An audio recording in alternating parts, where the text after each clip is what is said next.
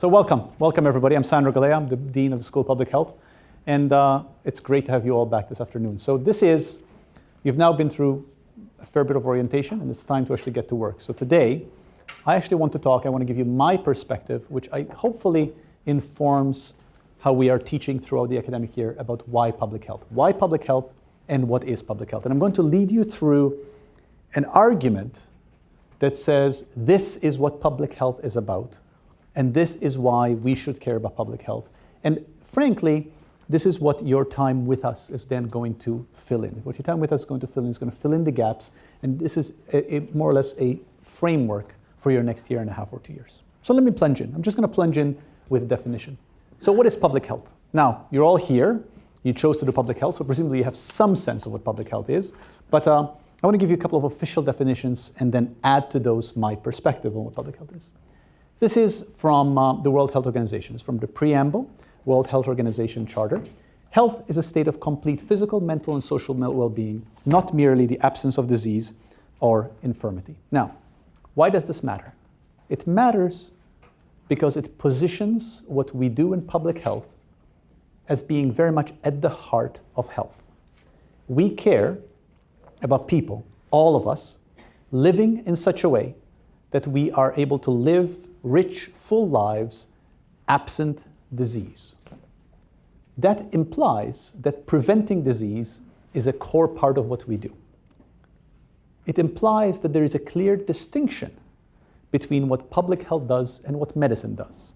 So just to bring that into focus, the role of medicine is to cure disease when it happens. And I want to be very clear that I want to have excellent doctors, because when I get sick, I would like to make sure I am treated well, as I think you all do.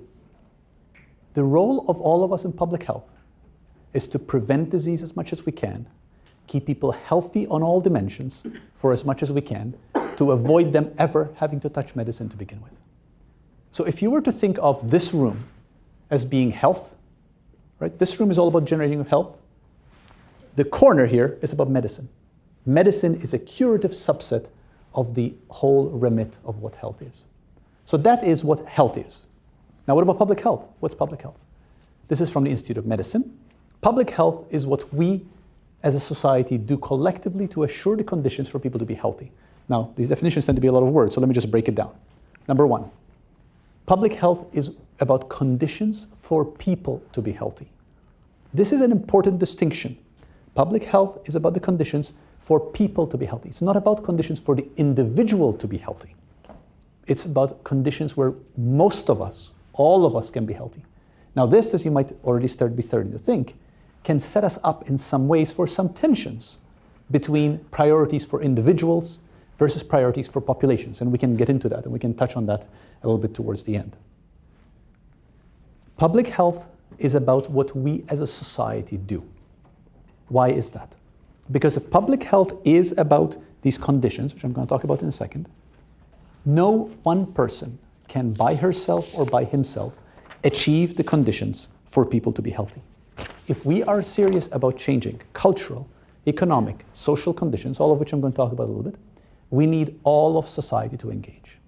This is why public health is, from my perspective, a super interesting area at the intersection of economics and policy and sociology and anthropology and medicine, from biomedical research all the way to political science and sociological research, because you need all those forces together to go into a society which creates the conditions for people to be healthy.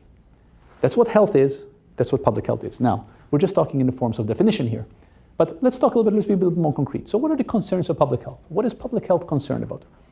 I want to show you just a couple of the core concerns of public health, really to ground us. And let's talk about two things that are often in the press. Number one is I want to talk about obesity. This is a map of the world, and this is the probability of dying from a non-communicable disease between the ages of 30 and 70. Non-communicable diseases are heart attacks, stroke, neurological disorders, essentially non-infectious diseases.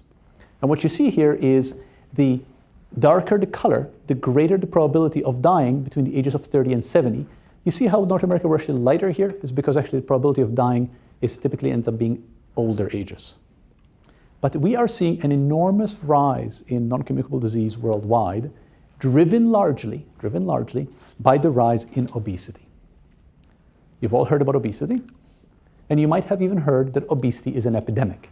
Now, in your courses, you will learn how one defines an epidemic. But let me show you, just graphically, why obesity is an epidemic in this country.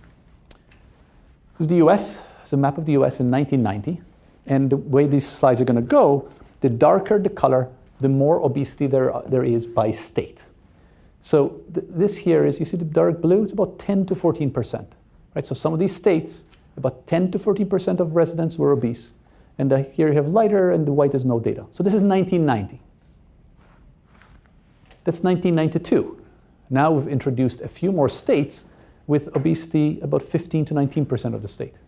92, 94, 96, 98.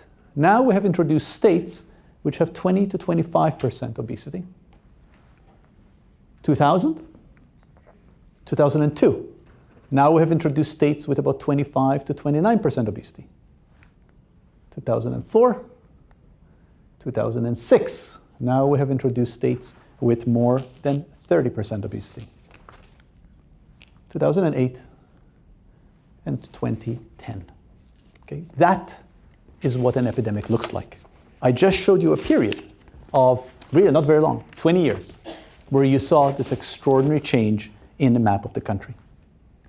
That's obesity across the country, a lot of heterogeneity in obesity, different states, quite a bit of variability in states across the country. And you can look at obesity nationally, you can look at it globally, you can also look at it locally. Here's a map of New York City. These are neighborhoods in New York City. For those of you who don't know New York well, that's Manhattan over there. That white area in the middle is Central Park. That's why there's no shading, because people don't actually live there. That's Manhattan, etc. I shouldn't anyway. What I want to show you here is, look at this. In New York City, the range of obesity by neighborhood goes from 7 to 15% to 30 to 40% within the same city. Within 2 miles of each other, you have 2 to 3 times the prevalence of obesity. Obesity is an enormous problem. It's an enormous problem everywhere. And for example, the number of overweight and obese continue to grow faster in the Bronx than anywhere else in the city, leading the city's health commissioner to call the Bronx ground zero for the obesity epidemic problem. So what is public health concerned about? Public health is concerned about what are the causes of obesity? How can we reduce obesity? Why is it that we have such differences in obesity between neighborhoods in New York City? What can we do about it to reduce these differences between neighborhoods? What can we do to reduce gaps in obesity between people of different racial, ethnic, socioeconomic groups? Those are all questions that matter to us as public health. Obesity is one example. Let me show you a different example. How about something like depression? Depression is very much a concern of public health. This is a map of depression in the US. What you see again by state, about a 2 to 3-fold difference by state in the density of depression. Now you say depression, why does depression matter? Depression matters enormously. It is one of the leading causes, I'm going to show you in a bit, of disability and also death in the US and worldwide. Here's one simple example. This is loss of productive work time among US workers. Workers who are depressed, workers who are not depressed.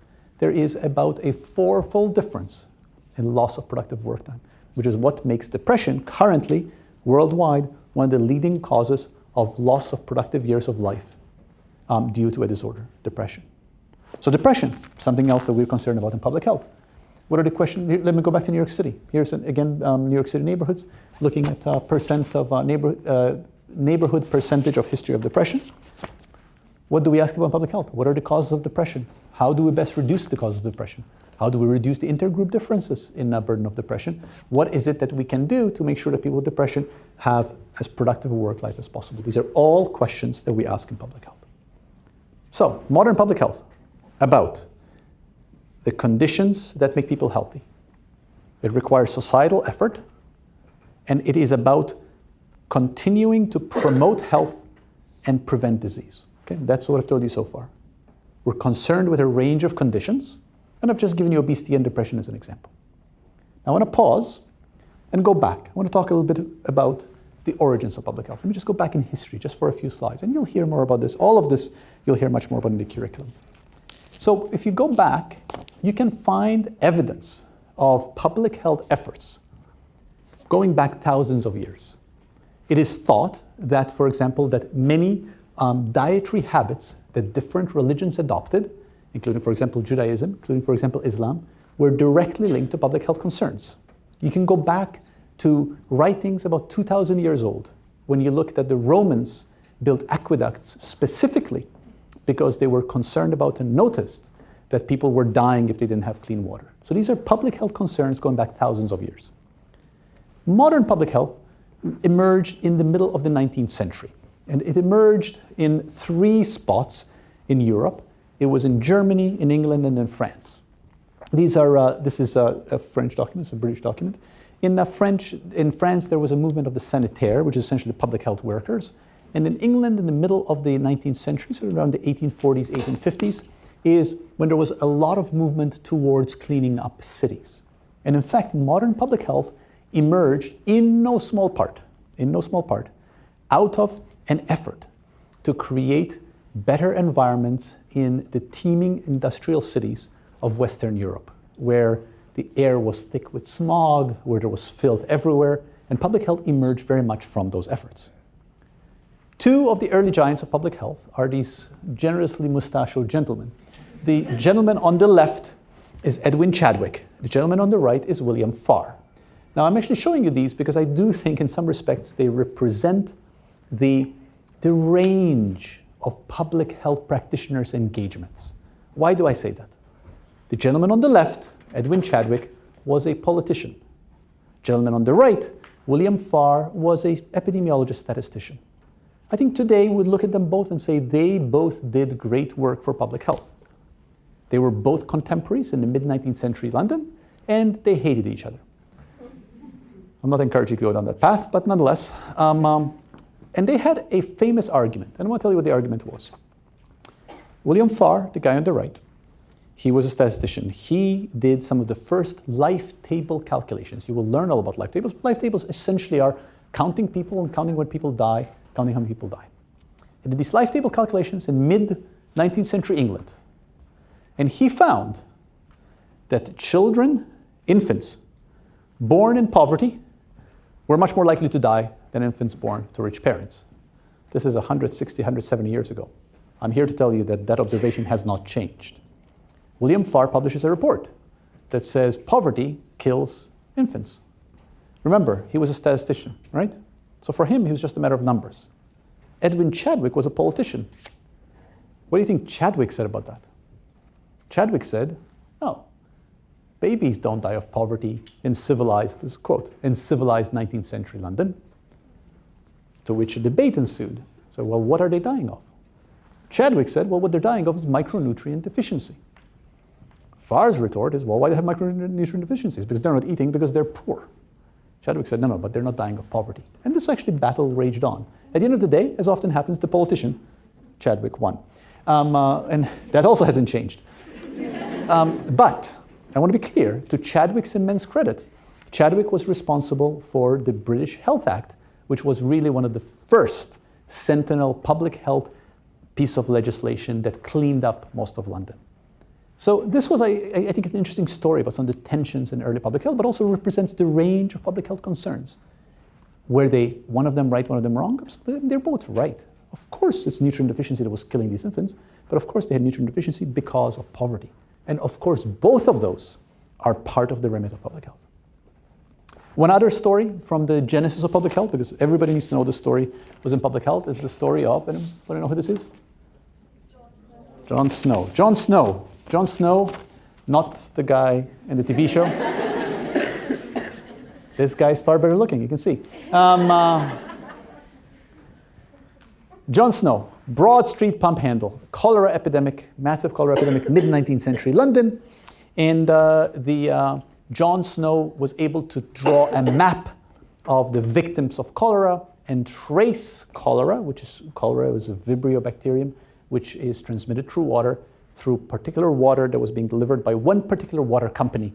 And he was able to say, this is where the cholera epidemic is coming from. The myth is that Jon Snow rushed in and was able to remove the Broad Street pump handle and stop the epidemic. Truth is slightly more complicated than that.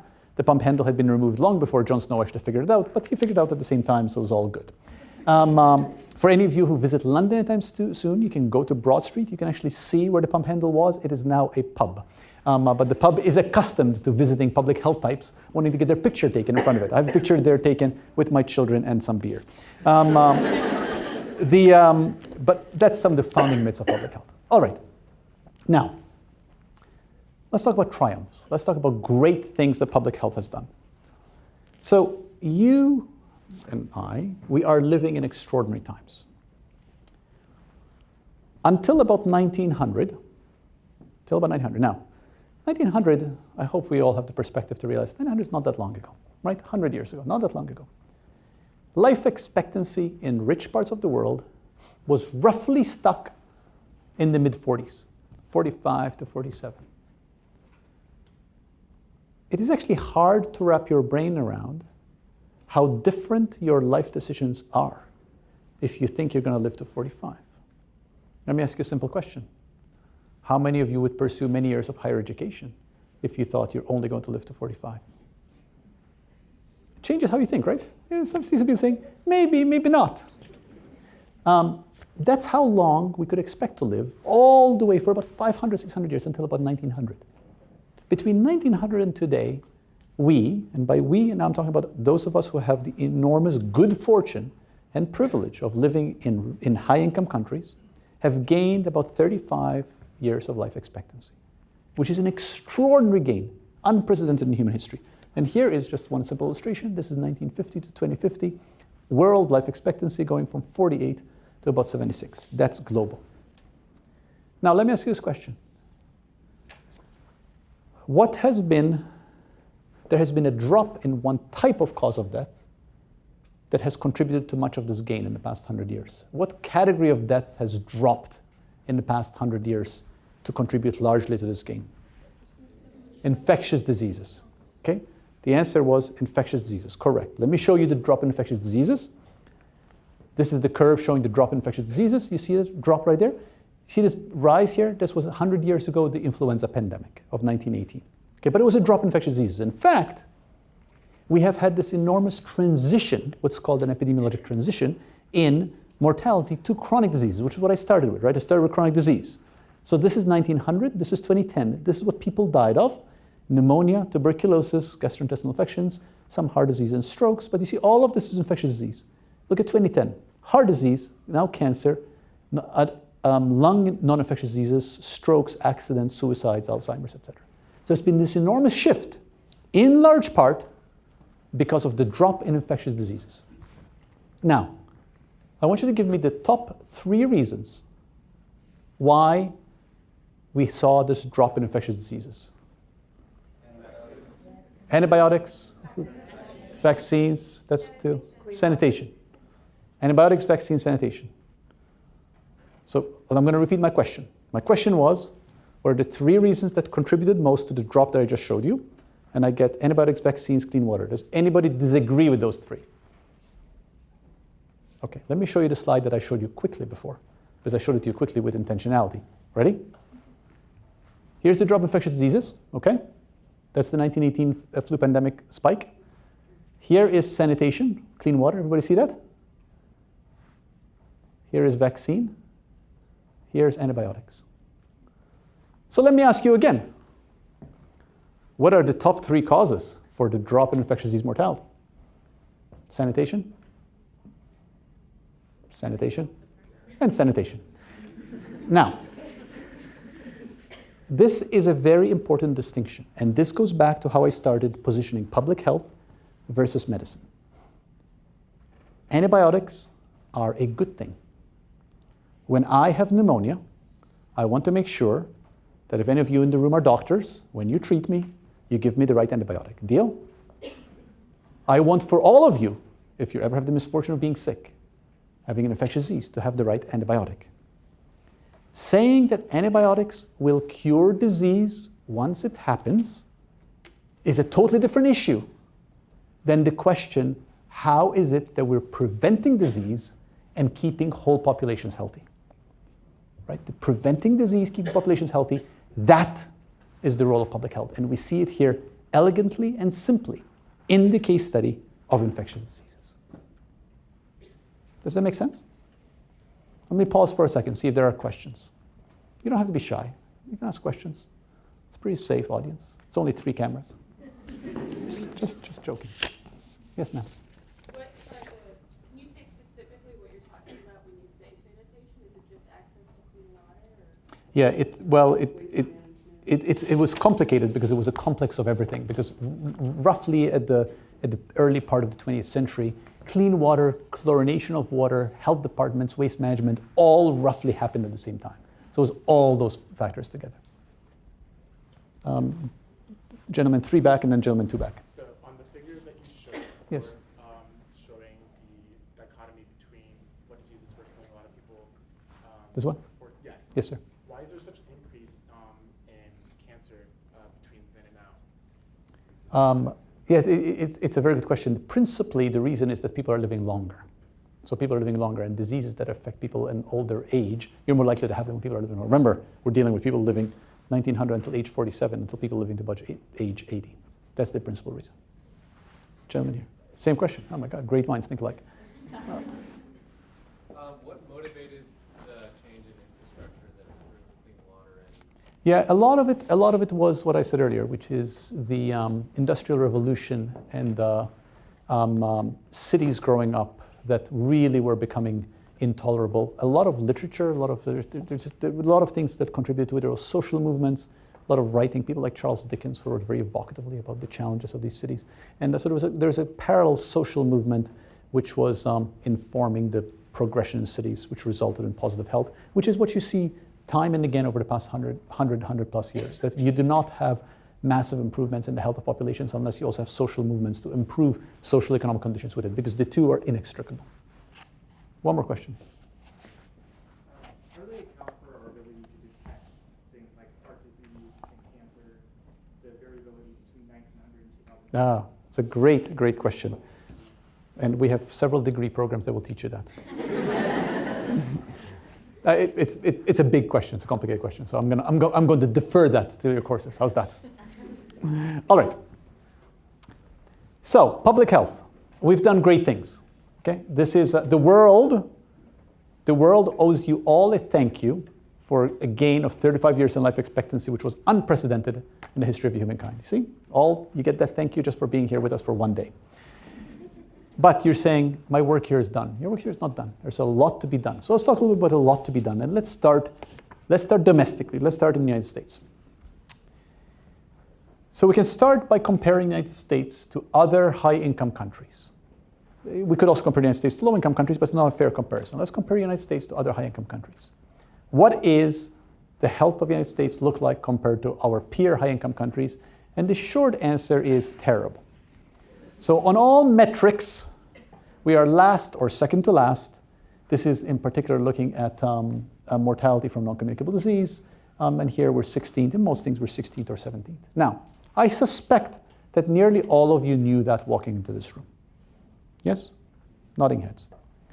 What I suspect most of you did not know is that it was not always like this. In fact, as recently as 35 years ago, 1980 to the present, the US is the red dot, the gray dots are the other high-income countries. This is life expectancy. Look at this, 1980 we're in the top half. Everybody see that? We have gained life expectancy, but trudgingly slowly, until by 2010 we are at the very bottom. So here's the bad news and the good news. The bad news is that we as a country have chosen to put our health at the bottom of the heap over the past 35 years. That's the bad news. What's the good news? Well, the good news is if we chose to do it, we can choose to undo it, right? And what is it that we have done? This is very much the subject of this conversation. What we have done is we have disinvested in the social, economic, cultural conditions that create health that we're talking about in this talk and that you'll hear a lot about in your time with us here. Now, what kind of country has this created? So if we have, over the past 35 years, disinvested in the forces that create the health of populations, what kind of country have we created? What does our health look like compared to other countries? So let me show you this graph. My favorite graph in the whole world. If there's one graph which I want to die buried with, it's this one. The way to read this is as follows. The y-axis is rank. It's rank of the US compared to 17 other high-income countries, okay? So if you're at the very top, you're ranked number 1, which means you're the best. 17, you're at the bottom, which means you're killing more people. Right? There are 2 lines, men and women, but they behave the same way, so we can consider women and men the same for these purposes, okay? Look at the rank of our mortality. For newborns, we're 17th. Everybody see that? 1 to 4-year-olds, 5 to 9-year-olds. We're 17th or 16th. We're last, which means we're worse than all other high-income countries. Newborns, infants, toddlers, children, preteens, teens, young adults, etc. See this? We're dead last, 17th or 16th, all the way until you get to age 80. Everybody see that? And then we get to number 1. So this is a great country to live in as long as you live till age 80, because then you live forever. May I recommend age 80? Why is this? Why is this? What's going on? The reason this is simple. Is because it's at the extreme of age when you see the benefits of medicine that is adding not very much, but a little bit of life at the extreme of age, because that is when you're then fending off disease, which remember is what medicine is about. And that's what we have been investing in. What we do not invest in is what you all are about to learn, and why it's so important that we do a good job of making you the best public health workforce there can be, so that we reverse that. Because I do not want my 2 children, who are 11 and 14, growing up in a country that looks like that. I want my 2 children to grow up in a country where we are up there for everything. But that's the kind of country that we have right now. So much to be done. Number 1, US. Now let's talk about the world. So much to be done in the world. This is a map of the world, typical projection. You may have seen these maps or not. We can rescale the world by different forces. How about we rescale the world by number of preventable deaths? That's what a world rescaled by number of preventable deaths looks like, where you have this enormous burden of preventable deaths that is accruing in Africa and in Southeast Asia. Why does it have to be like that? Is there equity in that? Absolutely not. Just because you have the good fortune of being born there in the skinny part of the world doesn't mean that people who have the bad luck of being born in that part of the world should have more preventable deaths than you do. We can scale the world by unhealthy life expectancy, which is mostly Southeast Asia, less so in Africa, simply because people in Africa are actually dying younger. And just to put the world in perspective, let me just tie it back to the American situation. I'm going to go back. This is now, I've introduced the US again. These are countries. This looks at under 5 mortality, which is essentially killing babies, killing children. So what you see here is that, right, we kill more children than other high-income countries. I've said that, but here I also add countries like Cuba. You see this? We're worse off than Cuba. Worse off than a place like Greece. Greece can't get anything right, but they kill fewer children than we do. So I've made that point. But now I want to add one more country. Okay? So look at this graph. I'm just going to add one more country to the right. Ready? Now you're all saying, wait, is that the same graph? Let me go back. See the countries here? Look at the axis. And now, same countries, the axis just now changes tenfold. All right? So there's much to be done locally, and much to be done globally. Let me show you one more thing on much to be done. One of the challenges globally and locally is that we have created a world and a country where we have health haves and health have-nots. In the world, if you look at life expectancy, people born in Japan today can expect to live till 83. If you're born in Malawi today, you can expect to live till 47. Anybody remember I had mentioned 47 before? That was life expectancy in the US when? 1900, right?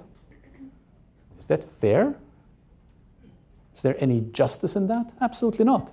It is simply luck of birth. That is a distinction between health haves and health have-nots. That's globally. Let's go back to domestically. White woman born in Minnesota can expect to live till 83. Black man born in Arkansas can expect to live till 68. Is that just? No. Is that, by the way, is that due to genetic differences? Absolutely not.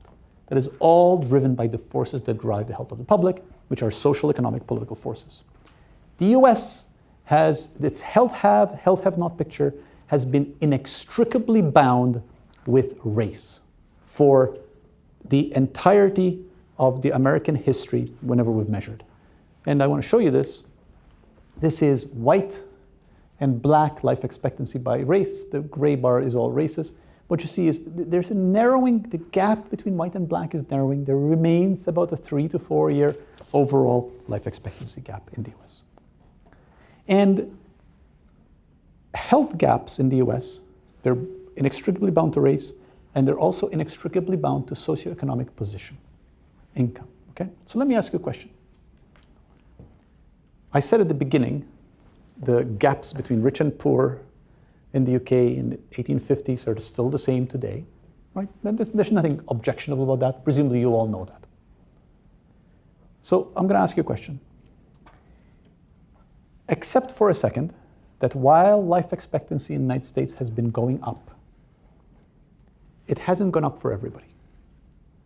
But for the ones for whom it goes up, they bring up everybody's average, right? That makes sense. And let's just take women. Women and men behave the same way. Numbers are slightly different, but let's just focus on women for a second. So, overall life expectancy has been increasing, but it hasn't been increasing for everybody. It's been increasing for a certain proportion that's pulling up the average. So here's my question to you. What percent of women have not had an increase in life expectancy in this country in the past 35 years? What percent have not had an increase in life expectancy in the past 35 years? You can guess. Anybody? Sorry, I didn't hear what it said. 35%. He said 35%, this gentleman here. Somebody else. 12. 20. Somebody else. Over here. 15. Who said 85? Oh, you're a pessimist, sir. Anybody else? Over there, somebody from over there. Give me a guess. 40. 40, somebody else over there. No other guesses? 25, 27. Okay. So roughly more of you, all of you are saying between 10 and 40, with the exception of this pessimist over there. The answer is 80%.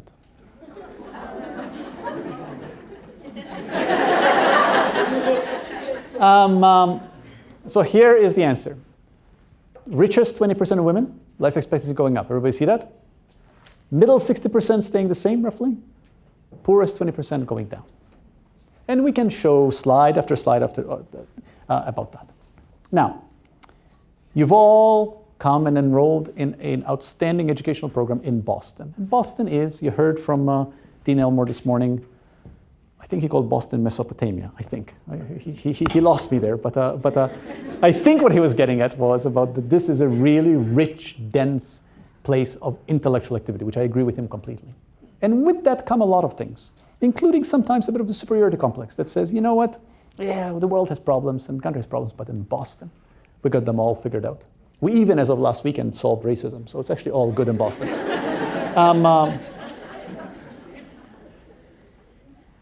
Do we have it figured out in Boston? Let's look at a map of Boston. This is Boston. This is the T, which some of you are getting familiar with.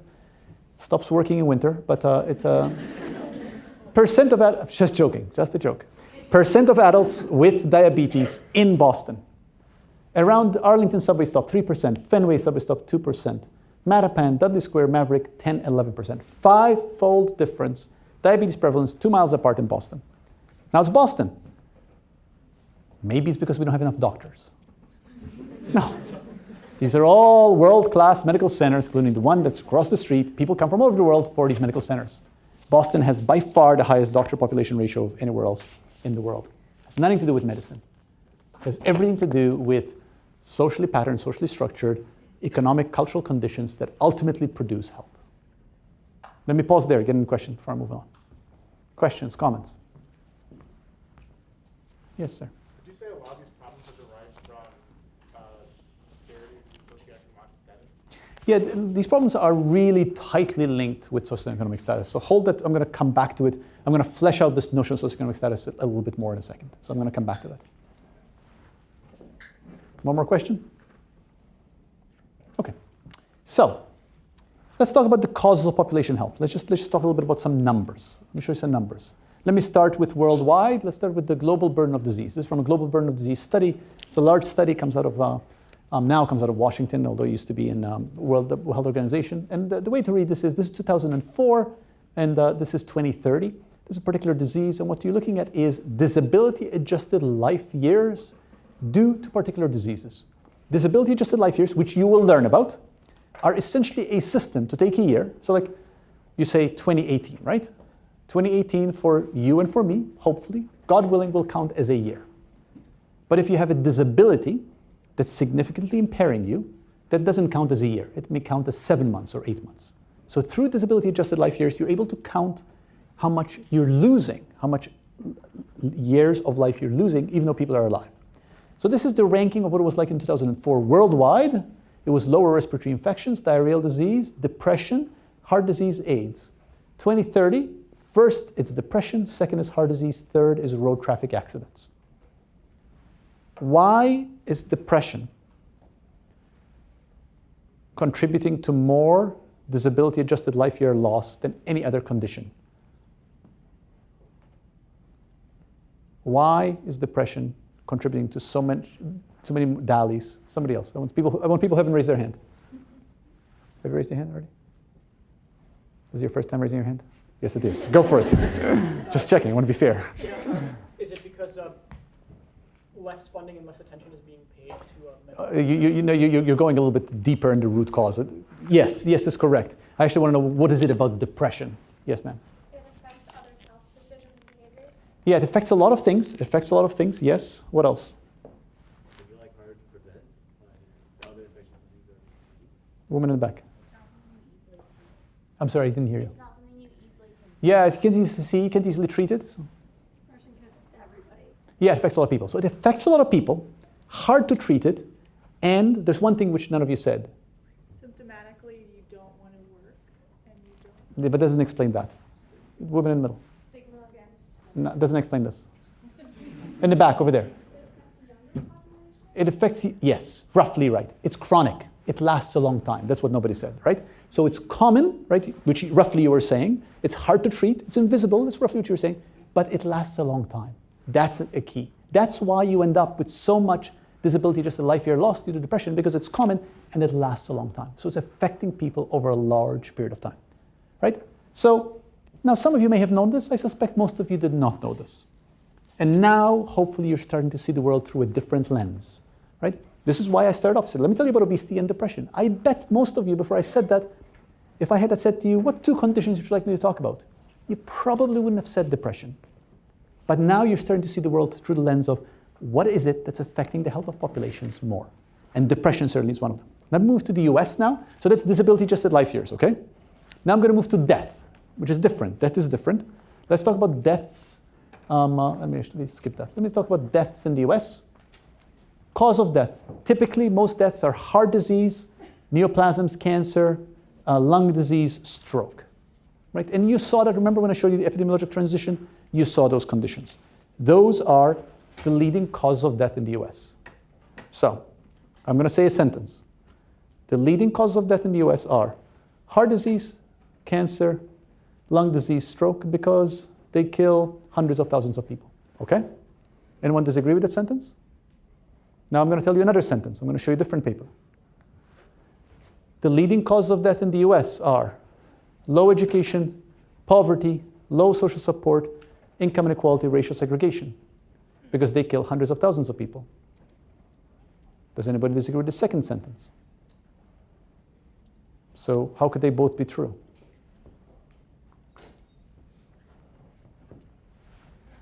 Chronic illnesses are a direct result of they're entrenched within the low education, the poverty, the low social support, and the income inequality, and it leads to inequities across the health spectrum. Very good, very good. So what she said, I'm just going to repeat, is that because ultimately I'm showing you causes and effects, right? But the point I'm making, and I think you captured it super well, is very simple, is that when we're thinking about the causes of health, or causes of disease, I want to make sure that every student in our school understands to think just like that, across the spectrum. Yes, we lose health to heart disease, but heart disease doesn't just happen. It is ultimately, I think you said the word entrenched, which I really like. It is embedded in its causes. And those causes, yes, heart disease ultimately is biological, but that biological factor comes from the production of social conditions, and that's also cause of death. And that is how we should think about it. And if you look at numbers, look at numbers. About 190,000 people die from low education, which is about 109,000 die from acute heart attack. They're comparable numbers. Low social support, 180, stroke, 170. Racial segregation, 150, lung cancer, 150, right? These are equivalent ways of seeing the world. And we in public health need to have the intellectual dexterity to see the world on both sides. Why does it matter? Why does it matter that we all can say racial residential segregation kills? Why don't we just say, you know what, at the end of the day, you die of a heart attack and stroke. So let's just focus on that. Why do you think it matters? Why do you think it matters that I'm showing you this and I'm making sure that this is a framing to all your thinking? Because if we improve these areas, those numbers will be reduced. Correct. So the answer is, because if we work here, this will also work here. I'll actually add an answer to that. Because if we only focus here, we're never going to pay attention to these areas, and these numbers will never be reduced. So it's very important that the lens through which we see the world is informed by what's called multi-level thinking, which is thinking about causes nested within causes. This is a very simple conceptual framework that gets at this, which says that population health comes from pathophysiology. Remember, at the end of the day, right, disease is in me. It's in you, right? It's pathophysiological. But that is informed by genes, yes, by our risk factors, by our social relationships, our living conditions, our neighborhoods, our institutions, and our social economic policies. So let me concretize that for a second. Lung cancer happens in me. I get lung cancer in part because I have genetic predisposition. I get lung cancer because I have genetic predisposition and because I smoke. I smoke because you, my friends, smoke. Everything I'm telling you, by the way, there's ample studies that show this is true, okay? We all smoke because we're living in a highly violent, high-stress neighborhood. We're living in a highly violent, high-stress neighborhood because that neighborhood has historically been segregated.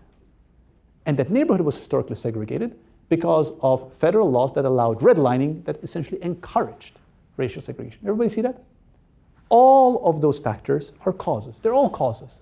They're all valid causes, and there are all valid points of intervention for public health. So public health produced by an array of causes, and that array of causes happens over the life course. And this is a simple conceptual framework of the life course, which says this is age, and this is about cancer, but you can apply this to anything else. This is risk of cancer. See this white bar here, which says genetic susceptibility to cancer? Right? Your genetic susceptibility stays roughly the same over your life, but what happens over your life is you accumulate risk. And if you read here, infancy and childhood, you accumulate risk whether you're breastfed or not. Physical activity, food choices, adolescence, smoking, contaminants in the air, water, obesity, physical activity, exposure to carcinogens, adult life, pregnancy, lactation, diet, physical activity, tobacco, alcohol, etc. And over life, we go through these multiple causes, and that is ultimately what produces health. And that is why public health needs to have as its lens looking at the production of health across the life course, across levels. Questions? Questions, comments? Moving on. Anybody know who the gentleman on the top right is? It's Rudolf Virchow. Rudolf Virchow, who was one of the founders of bacteriology, who discovered bacteria, bugs that cause infectious disease. But he also said something that has remained aphoristically quite popular, which is that medicine is nothing but politics on a grand scale.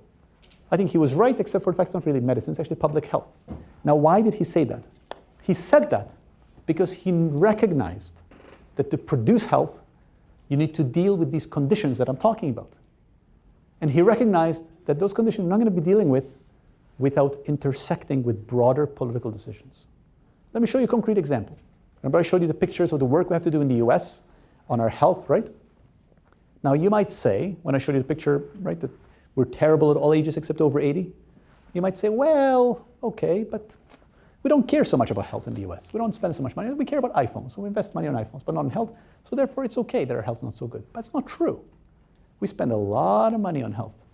This is spending on health over the past 30 years. The purple line is the US, and the other colored lines are all the other rational countries in the world. So we spend much more than anybody else. We spend a lot on health. So why is it that we're getting such terrible outcomes? We're getting such terrible outcomes because we're spending on the wrong thing. The left bar here roughly gets at what causes health. That's medicine or access to care in the green, genetics, socioeconomic, physical environments, healthy behaviors, a bunch of other stuff. That's what causes health. Here's what we spend on. We spend on medicine. Right? Does that explain now what I showed you at the beginning? Explains it what I showed you at the beginning about how well we do at the extremes of age. Was there a hand up in the back? Yes, go ahead. About the last graph, you knew about in terms of percentage. Yes. If you look at those populations of the other countries that are on there, do you know what percentage of, like how much money is spent per citizen type of thing? Yeah, this is per capita what I showed you. Okay, was it per capita? Yeah, it was per capita what I showed you. Yeah. Other questions? Now let me go. Yes. How much do the other countries spend on preventative measures for health? Thank you. The $20 will be in the check afterwards as we discussed. So there's exactly what he asked. It's this slide. So the question is, right, you're asking about the spending on medicine. You said, well, what about all the other stuff? And this is where it all comes to a head. So if you look at the light blue bar is what we spend essentially on medicine, which was in the green in the other graph, right? But now add to it, the dark blue is on all these other social conditions. And what you see is that we, as a sum, actually, we don't spend more than other countries when you add the two together. We spend more than other countries when you look only at our spending on healthcare and medicine. Now, I'll go back to Massachusetts. I know you're all thinking, but luckily, I'm in Massachusetts. I moved to Massachusetts, and surely we are better than Massachusetts, right? How many of you think we're better than Massachusetts? Well, I sort of set you up now, so it's not fair. There's Massachusetts. Past 15 years, our spending on healthcare medicine increased by 81%. Our spending on primary, secondary education, law and public safety, mental health, public health, higher education, early childhood education, environmental recreation is all down or is exactly the same.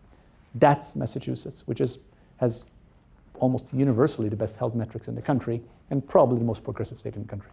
That's Massachusetts. So that is the kind of country that we are in. And that's the kind of country why we need public health messaging, why we need the voice of public health in the conversation to push against the dominant conversation that says this is okay. From my perspective, this is not okay. And I would like to think that you came to join us because you also don't think this is okay. Now let me go back. I think the gentleman here in the front said earlier, how much of this is linked to socioeconomic position. I think that's what you asked me. And I said I'm going to come back to it. So let me show you that. And I said this earlier, that it's actually very hard to disentangle all this from the social and economic factors that characterize people. Now, one of the challenges that we have whenever somebody stands up and says, let's talk about socioeconomic conditions, we almost have this bell goes off in our head, says, ding, okay, let's talk about poverty. And he's like, ding, well, okay, poverty, I get it, poverty is bad, and poor people are living under bridges, and there are not that many of them, and I don't know that many of them, but I feel for them. That's roughly how we think about poverty. That's not what poverty is. Poverty is not having good income, not having good education, not having health insurance, living in a terrible area, or having joblessness. In the study, they showed that each of those five roughly are about 20% of Americans. And if you ask how many Americans have at least one of those five, it's really 50%. So about half of Americans have terrible income, live in a terrible place, don't have health insurance, have low education or joblessness in their family. Half. And we have published papers, and there are papers out there that show that that half is slowly separating out, almost like an iceberg with climate change breaks in half, and we are leaving half of Americans behind, creating a permanent class of health have-nots. Now you say, okay, but here's the good news for the poor 50% of Americans. Luckily, we spend a lot of money on medicine, so at least when they get sick, we'll look after them. This is captured most beautifully by a quote from Julian Tudor Hart, The Inverse Care Law from 1971. The inverse care law is as follows, and you'll learn about this in health policy. The availability of good medical care tends to vary inversely with the need for it in the population served. Which means that the best care is not going to those on the half of the iceberg that's getting left behind. No, it's going for the other half of the iceberg that's moving on forward. And just to take a global lens for a second, this is the world scale now by poverty. So I don't want to forget throughout this year. I'm toggling back and forth between global and national, and I'm doing that intentionally. I think you can all sort of balance it in your head. It does, in no way does it diminish the national problem to say that we have even bigger problems on this front globally. Comments, questions? Yes, ma'am. So since the pharmaceutical company plays a really big role in our healthcare market, redistribute the funds so that we're able to put more money into our public health system and lessen the amount of money we put into the pharmaceutical company? I know politics and power, a lot of it is involved, but. Yeah. It's a great question. And in many respects, those are exactly the kind of questions that the pharmaceutical certificate covers a lot. We have a very strong group of faculty who are concerned with issues around pharmaceuticals, pharmaceutical access. And I'm not even going to try to answer that question because it truly is like a real semester-long discussion. But I think it's a really interesting question. If you're interested in that, there are a lot of people you can talk to about it. I'll just make sure there's nobody else. Is there anybody else? Floor is yours then. So you had that one diagram that was showing the life cycle. Yes, sir. And so I'm wondering if everything is kind of derived from the federal level in terms of all the problems that come from it. Do you think that if we had more people who are representative of the demographics that are suffering, could they be the people that actually change the way that things are run? Yeah, so the question is in part the issue that those in positions of power do not have empathy with those who actually need the help the most. I think the answer is yes, in part. I think that's entirely true. I think we deserve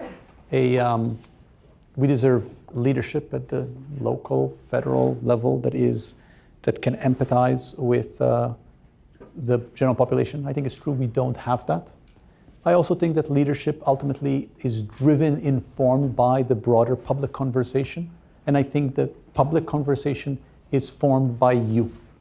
I really do. And I think what you do, how you communicate, and you learning this lens and taking it out and spreading it to the world around us will eventually change the world. And leadership will also change.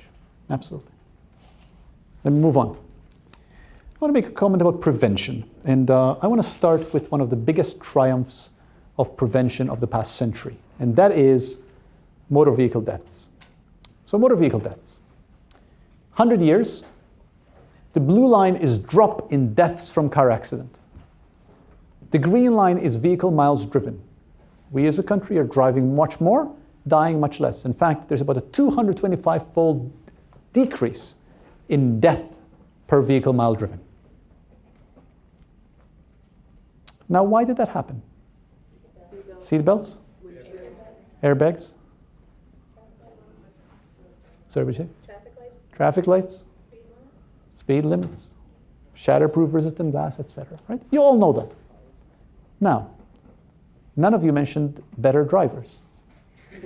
Well, I know you're in Boston. But wait a second. Cars don't kill people. People kill people. Has anybody heard that before? Okay. Suppose you were in 1936, right here. You see this increase? By the way, why was there an increase between 1926 and 1936? Why was there alcohol rise? I can't see who said it. Who said it? There you go. Why? So there was like the age that you were allowed to drink alcohol? No, it wasn't age. You write alcohol rise, but it wasn't the age. What was it? Prohibition. Prohibition ended. Prohibition ended. All of a sudden, people could drink alcohol again. So supposing you're sitting in 1936, okay? Suppose you're sitting in 1936, right there. And you're like, whoa, look at this increase in death. And you're around a conference table. You try to decide what to do. And somebody says, well, we should make the roads safer. And somebody says, what are you talking about? If people drive correctly, no one's going to die from a car accident. Right? That sentence is not untrue. I want you to all to understand that. The sentence that if everybody drove safely, there would be no deaths from cars is entirely true. But luckily, what prevailed was an effort to say that roughly said, you know what, people are going to be crappy drivers for a long time. Let's just deal with the roads. Now, why am I emphasizing this? Because this matters for everything you can do in public health. You are going to be in many, many meetings where the argument is going to be, should we just tell people to eat less food? Or should we figure out a way to make portions smaller? And where somebody's going to pound the table and says, well, if everybody ate well, there would be no obesity. And you will be tempted to say, oh, okay, you're right. We should just tell people to eat less food. Remember this example, please. Because our job is to create the conditions, remember that, where people can live healthy lives, even if they want to be terrible drivers.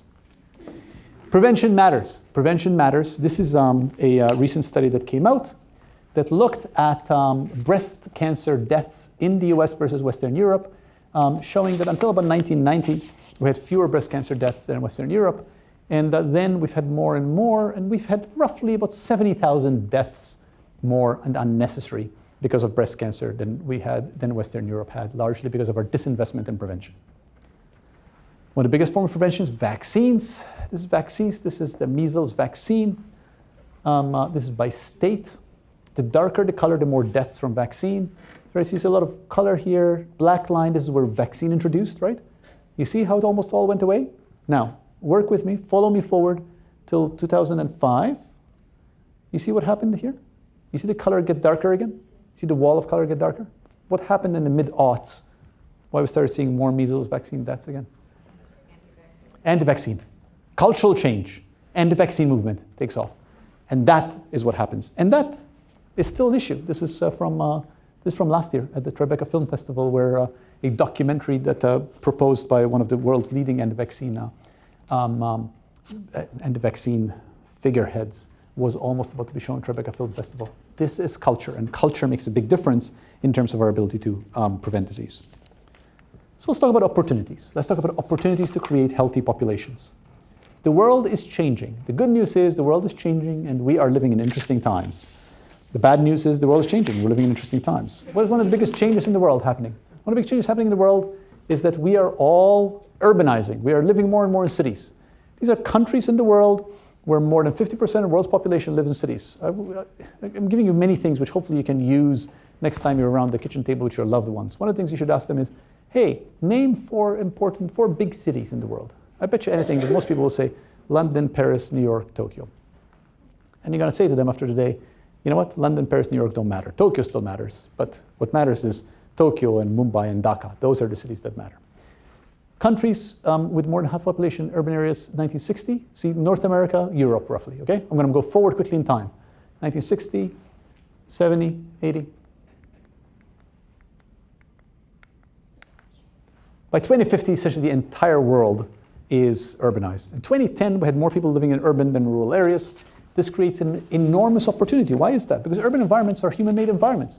Right? We are creating environments that people are living in. It creates an enormous opportunity for us to improve physical conditions, social conditions in which people live.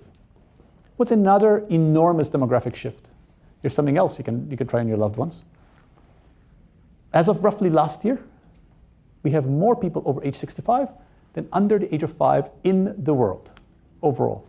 More people over 65 than under the age of 5. And look at this, by 2040, you're going to have about twice as many people over 65 under the age of 5. That's extraordinary, right? That's an extraordinary demographic shift. And that brings opportunity. That brings opportunity. And it is public health trying to play not where the puck is now, but where the puck is going to be. Thinking ahead to the future. Those of you who are Canadian in the audience will get that reference. The rest of you, make a Canadian friend. All right, comments, questions before I move on.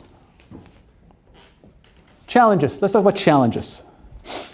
So, one of the things that you will learn about is ethics, the ethics of public health, where public health has gone wrong. Infamous Tuskegee study. Tuskegee study was a study that was of syphilis in black men that was essentially allowed to go on without black men getting treatment to see what happens to them. And this is a real blot on the conscience of public health. And you'll learn quite a bit about this. That's the Tuskegee study. One of the challenge, ethics. Second challenge, a resistance to have public health involved in its core job. Remember, our core job is to create conditions, social, economic, cultural conditions. Resistance that says, go away. Do not do that. Do not create my conditions. Do not tell me I cannot have a super big gulp. This is a quote from Mayor Bloomberg in New York. Obesity is the only major public health issue we have that's getting worse, and New York City has the courage to stand up and do something about it. I had the privilege of being on the health board in New York, which actually passed legislation that tried to minimize your ability to have super big gulp sodas. We were resoundingly defeated, and dragged through a little bit of political mud, only now to see a resurgence of it and to see many cities actually enacting soda taxes that were unthinkable just 5 years ago. This is New Soda Wars, infringement of freedom. This is Mayor Bloomberg, open wide. Here comes the airplane feeding the nanny state. And then we eventually lost. So you'll learn about politics, and you learn about politics and our conceptions that get in the way of us improving the health of the public. Health as a human right. This is from the Universal Declaration of Human Rights, which says, everyone has the right to a standard of living adequate for the health and well-being of himself and his family, including food, clothing, housing, medical care, and necessary social services, and the right to security in the event of unemployment, sickness, disability, widowhood, old age, or other lack of livelihood in circumstances beyond his control. That is the foundation of UN Declaration of Human Rights, and public health is a human right. It's everyone is the idea of a universal right, and not just has a right for standard of living, but also of health and well-being. Comments, questions? Okay, let me now put it all together. So let me try to bring all this together. I want to come back to this idea of individual health versus group health, population health versus individual health. And I want to show this to you by showing you a couple of graphs. This is from work that was first done by Jeffrey Rose, one of the leading intellectual lights of the last century in public health. Now here's how to read this. This here is percent of the population. And in this case, I'm showing you blood pressure here. And the black line are civil servants in London. So the way to read this is, 2 to 3% had a systolic blood pressure of 100, maybe 12% had, 12% had blood pressure of 120, right? Most people, about 30%, had a systolic blood pressure of 140, and a few people had extremes. Over 140 is generally considered high, just to give you grounding. Right? So that is called a normal curve. You'll all have remembered that from math. But that's London civil servants. Now, what do we typically do if we try to lower blood pressure? What we typically do is we try to find the people out here, the people with high blood pressure of 160, 180, and figure out how to move them from there to there. How do we typically do that? We typically do it by telling them to do things, right? By finger wagging, by saying, thou shalt eat less, exercise more, have less salt, etc. That's what we typically do. Jeffrey Rose's insight was to say, okay, I see the curve of blood pressure among London civil servants. Let us also look at the curve of blood pressure among Kenyan nomads. This is from the work he was looking at. And look, it's the same curve, right? But what do you see that's different about that curve? It's shifted to the left, right?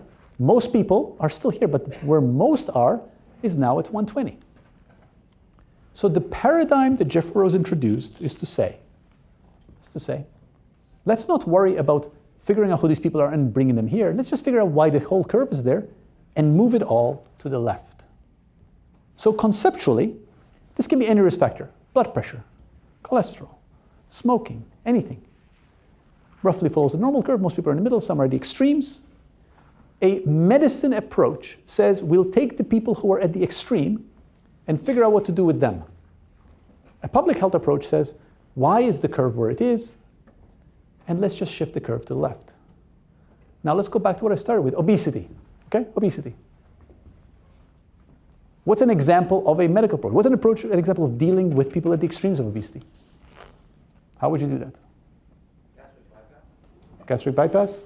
Over there. Okay, gastric bypass is extreme. Give me another example, a bit less extreme. Yeah, you point a finger at them, tell them to exercise, right?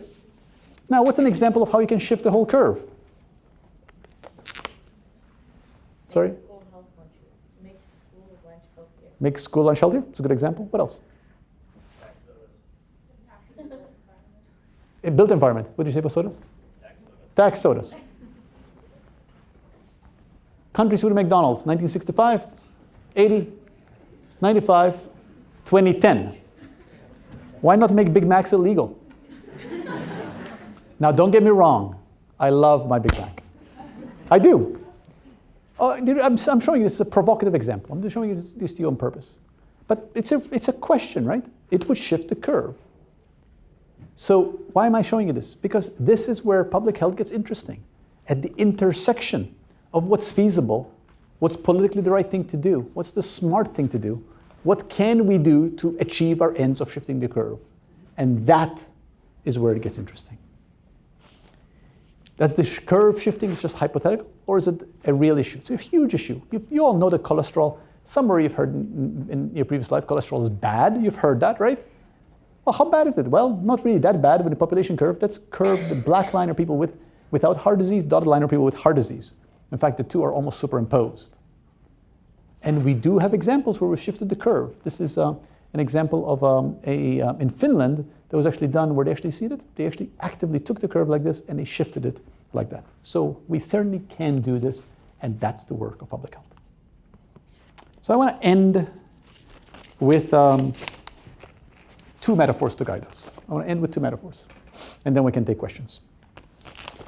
I want to start, let me ask you a question. What team sport does America unquestionably have the best team in? What, football? That's not a world sport. Only Americans play football. Doesn't count. Doesn't count. You can't choose a sport only Americans play. What's that? Okay, a few more people play basketball. It's not that many people play sport. Give me a sport that's played all over the world. Soccer. What, the American soccer team is the best soccer team in the world? Stop. How many people think the American soccer team is the best soccer team in the world? Wait, let me ask you this question again. Think carefully. The women's soccer team's good now. So why did you all say no? Of course, the women's soccer team. What are you just thinking about the men? I've never said men's soccer. You all said that. Jesus, we have a lot to teach you all. Oh, thank God you came to public health school. Absolutely, the women's soccer team is the best soccer team in the world. This is the women's soccer team. For those who don't play soccer, it's 11 women against 11 on a pitch. There's a person in the middle, and that's the woman in red. Her name's Hope Solo, very good goalie. Kind of nuts, but very good goalie. The way it works is very simple. Right? 11 against 11, you get the ball in the other net. That's all. And there's a goalie. And the goalie can use her hands. All right? Now, people who don't follow soccer think that the way to win soccer games is by having the goalie be very, very good. Because then surely all the balls, she can stop all the balls and no one will score against you, right? No, but those who play... not to make her work. That's exactly right. The goal is to make sure the ball never even gets to the goalie. In fact, when you look at a soccer game, the goalie, and Hope Solo is a good example of this, she will stand there and yell her lungs out the whole game, essentially saying, keep the ball away from me. Because a good goalie knows that she's going to lose if the ball comes at her. So how do you do that? You do that by having the other 11 players play well. The metaphor is as follows. The goalie is medicine. If you get sick, you want a good goalie to make you better, right? I said that at the beginning. But what we actually want to do is keep us from getting sick and make sure that the other 11 players, and they may be social environment, physical environment, policies, taxation, making sure we actually don't have racism. That's what you need to do, and that's what the other 10 players are. It's metaphor one. And please don't fall for the soccer best team in the world ever again. Last metaphor, last slide. I have the great privilege of being your dean, which keeps me a little bit busy sometimes. So I don't have much time for loving pets. I have 2 children and that's it. That's as much capacity as I have. But I have a fish, a pet goldfish, and I love my pet goldfish. And I would like my goldfish to be healthy. So I tell my goldfish, I say, I want you to swim around your bowl 10 times clockwise and 10 times counterclockwise every day so you can get good exercise. And I tell my goldfish, when I give you little flaky things on top, don't eat too much so you don't get fat. And when my goldfish gets sick, I get the best goldfish doctor to look after her. And when my goldfish has a goldfish companion, I say, make sure you have safe goldfish sex.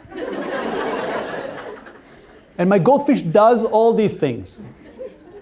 And one day I walk into my living room where I keep my goldfish, and my goldfish is dead. And I'm heartbroken. I say, how could it be? The goldfish did everything right. And I'm like, oh, it's because I forgot to change its water.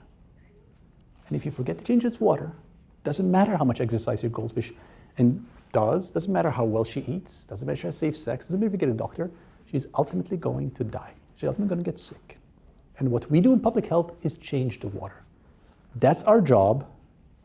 That's why you all signed up. And that is what we are going to teach you how to do during your time with us. So thank you. Thank you all for being here. Thank you for joining us.